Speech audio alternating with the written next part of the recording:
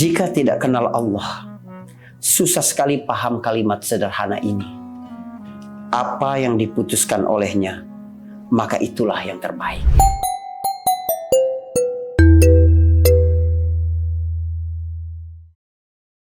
Banyak kebaikan hilang karena kita lupa bersyukur kepada Allah Subhanahu wa Ta'ala. Padahal kebaikan Allah menebar di mana-mana. Hari ke-28, mari bicara tentang kebaikan Allah dan kesyukuran. Di Kurma, kuliah Ramadan bersama Faris Beki di Cerita Untung. Teman-teman, ada pertanyaan, gimana cara tetap bersyukur kalau hidup terasa berat dan penuh masalah? Saudaraku, seberat apa masalahmu? Gak mungkin masalahmu itu lebih berat daripada kemampuanmu. Kamu baca firman Allah Subhanahu wa Ta'ala, la yukallifullahu nafsan illa wus'aha. Allah tidak mungkin memberatkan, membebani satu jiwa kecuali dia punya kemampuan di atas itu. Ayat ini bukan berkata kecuali dia punya kemampuan untuk memikul itu, bukan. Artinya kata wus'un di situ, illa wus'aha. Wus'un itu artinya luas, ada space. Jadi kalau Allah memberimu beban hidup ini 5 kilogram, berarti sebenarnya engkau mampu memikul 10 kg, 15 kg, 20 kg. Gak mungkin kamu mampu memikul 10 kg, Allah berikan 10 kg. Kalau kita membaca ayat ini dengan pengertian, Allah tidak mungkin membebani seseorang kecuali sesuai dengan kemampuan, maka keliru. Ayat itu akan berbunyi, la yukallifullahu nafsan illa ala qadariha. Allah tidak mungkin membebani seseorang kecuali sama dengan kemampuan dia. Tidak. Allah berkata wus'un. Ada space, ada keluasan, jarak antara kemampuan dengan beban yang diberikan oleh Allah Subhanahu wa Ta'ala. Ini pertama. Kamu pasti diberikan beban yang jauh lebih rendah daripada kemampuanmu. Kemampuanmu jauh lebih tinggi daripada ujian itu. Yang kedua adalah wa asa an takrahu syai'an wa huwa khairul lakum. Bisa jadi kamu benci sesuatu, tapi itu baik bagi kamu. Kalau asa artinya bisa jadi, yang mengatakannya adalah manusia yang lemah dan terbatas, maka artinya mungkin. Tapi kalau Allah yang berkata bisa jadi, sementara segala takdir, kekuasaan, ketetapan ada di tangannya, maka apa arti bisa jadi itu? Bukan mungkin, tapi dia pasti. Pasti. Sesuatu yang kamu tidak sukai dalam hidup itu, ada kebaikan bagimu di dalamnya. Jadi Allah ketika dia memberi adalah kebaikan. Ketika dia menahan juga kebaikan. Ketika dia mempercepat adalah kebaikan. Ketika dia menunda juga kebaikan. Ketika dia mengangkat ada kebaikan. Ketika dia membuat merendah juga ada kebaikan di dalamnya. Jadi jangan melihat peristiwa ini pada lapis permukaannya saja, tapi libatkan Allah. Rasakan bahwa segala sesuatu sudah ditentukan oleh Allah Subhanahu wa Ta'ala dan itu yang terbaik bagi kita. Allah Subhanahu wa Ta'ala. Apa yang membuat kita berat misalnya? Yang membuatmu berat adalah kurang rizki, kurang pendapatanmu, kurang uang yang engkau miliki. Saudaraku, mustahil Allah membatasi rizki seseorang kecuali karena Allah paling tahu kesiapan kita menerima rizki itu. Maka Allah berfirman, walau basatallahu rizqa li'ibadihi la baghaw fil ardi walakin yunazzilu biqadari ma yasha. Kalau Allah bentangkan rizkinya kepada manusia itu, kepada hamba-hambanya itu, sebentang-bentangnya tanpa batas, justru mereka rusak. Karena itu kami turunkan, walakin yunazzilu biqadari ma yasha. Karena itu dia turunkan ditahan-tahan, biqadar.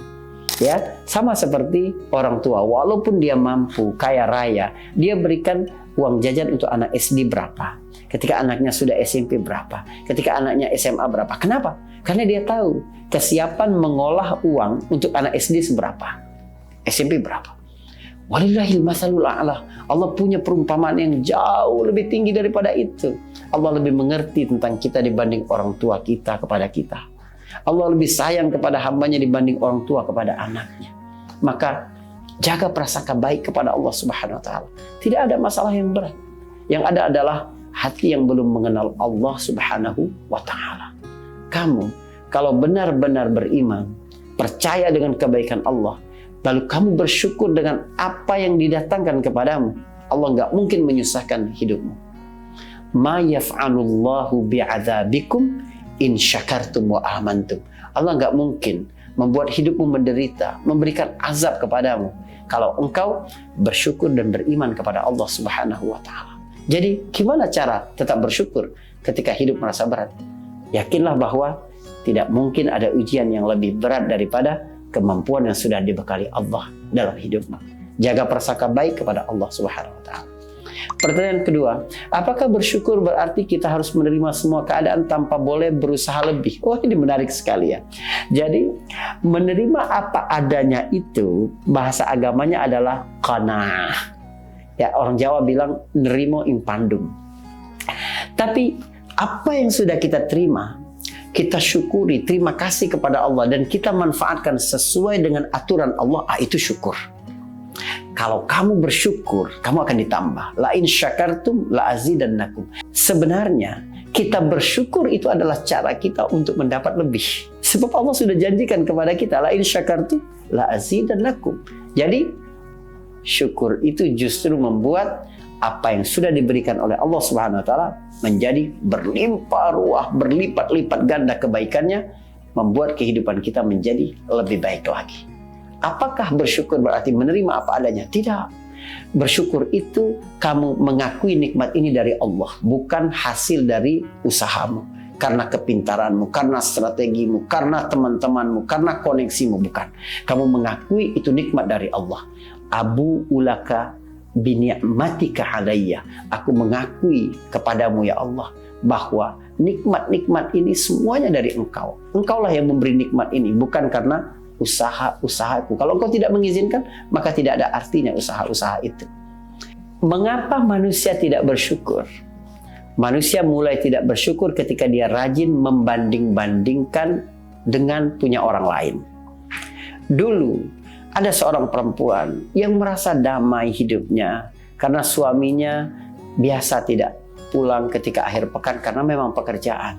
Tapi kemudian dia scrolling media sosial, lihat bagaimana satu keluarga bahagia sekali akhir pekan keluar bersama suaminya, bersama anaknya. Maka hilang rasa syukurnya selama ini. Padahal di hari yang lain dia bisa keluar dengan suaminya. Ada lagi orang yang sudah syukur tinggal di rumah yang asri walaupun kecil, tapi dia kemudian kepoin ya melalui media sosial teman-temannya, rumah-rumah mereka lebih besar dan lebih megah.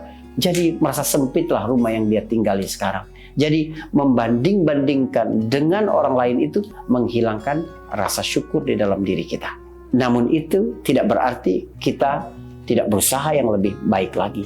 Sebab berusahalah dapat yang lebih banyak supaya memberi manfaat yang lebih banyak. Jadi ini bukan tentang diri kita, supaya kita memaksimalkan kemanfaatan dalam hidup kita.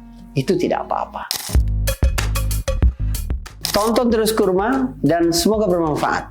Anda juga dapat menjadi penyambung kemanfaatan ini dengan menyebarkannya kepada orang lain.